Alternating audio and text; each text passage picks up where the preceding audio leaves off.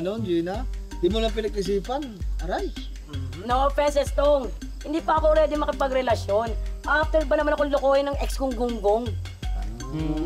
Alam mo naman, Gina, hindi ko magagawa sa iyo. Yun! Teka, asan na yung ex mo? Tinutulang ko lang naman. Dali, parang ayoko dito. Dali.